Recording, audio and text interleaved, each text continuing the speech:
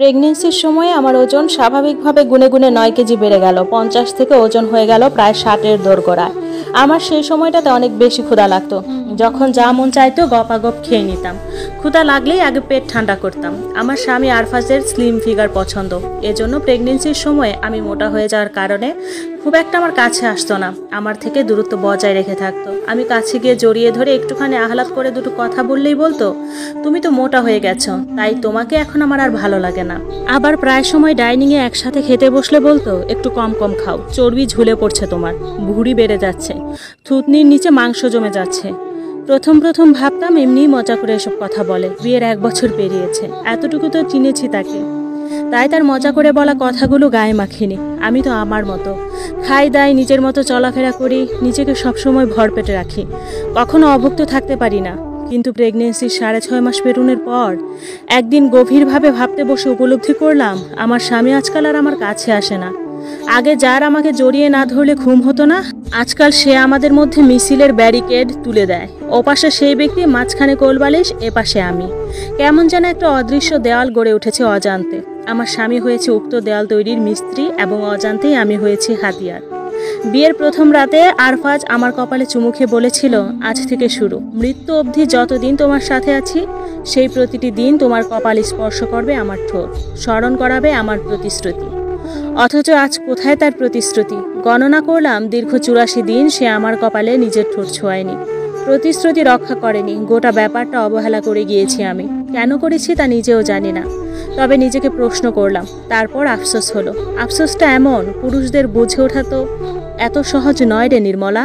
যদি তাই হতো, তবে তোমার মাকে সংসার জীবনের 35 বছর পেরোনোর পর আজও তরকারিতে সামান্য লবণের পরিমাণ কম হওয়ার জন্য তিরস্কৃত হতে হতো না। বাড়ি ছেড়ে বেরিয়ে যাওয়ার কথা তার পুরুষ বলতো না। আমি চুপ হলাম। একথা মস্তিষ্ককে নাড়া দেওয়ার পর, কি দরকার, থাক না। এভাবেই দিন কাটতে লাগলো। তাকে আমি কিছু বলি না এই বিষয়ে। সে নিজেও একবারের জন্য আমাকে এসে শুধায় না আমি কেমন আছি। দায়ে পড়ে কথা বলে হয়তো, কিন্তু সেগুলো মনের কথা নয়। এটুকু বোঝার ক্ষমতা প্রতিটি নারীর আছে, সেই হিসেবে আমিও বুঝে গিয়েছিলাম বহু আগেই। আবার তার আবদার, সন্তানকে গর্ভে সুস্থ রাখতে হবে, পুষ্টিকর খাবার খাওয়াতে হবে। আমি তো তাই করতাম, সন্তানের জন্য পুষ্টিকর খাবার খেতাম। এ কারণে মোটা হয়ে গেলে আমার কি দোষ? কি দোষ আমার? তার সেই নিত্যকার এক কথা, এত মোটা হয়ে যাচ্ছ কেন? তোমাকে দেখতে তো ভালো দেখায় না, আগের মতো দেখায় না। তোমাকে এখন আর প্রথম দিনের মতো ভালো লাগে না, আর একটা বিয়ে করতে হবে দেখছি। কথাগুলো সে হেসে হেসেই বলতো, কিন্তু এই হাসির মাঝেও কটাক্ষ। তবুও আমি শুয়ে নিতাম। আমার গর্ভে তো আমার সন্তান। ডাক্তার আলট্রাসাউন্ড করে রিপোর্ট জানিয়েছে ছেলে হবে আমার। আমার ছেলের জন্য তো এইটুকু কষ্ট করতে হবে, সইতে হবে স্বামীর অপমান, কটাক্ষ করে বলা কথাগুলো। তারপর একদিন আমি আবার গভীর চিন্তা ভাবনায় মগ্ন হলাম গুরুদোষে। আচ্ছা, যে অনাগত ছেলে সন্তানের জন্য স্বামীর এত তিরস্কার, অপমান, অপদস্থ করা কথাবার্তা, আচার আচরণ এতগুলো দিন যাবৎ সহ্য করছি এবং করে যাচ্ছি, সেই সন্তানের শরীরেও তো আমার স্বামীর রক্ত এবং ডিএনএ রয়েছে।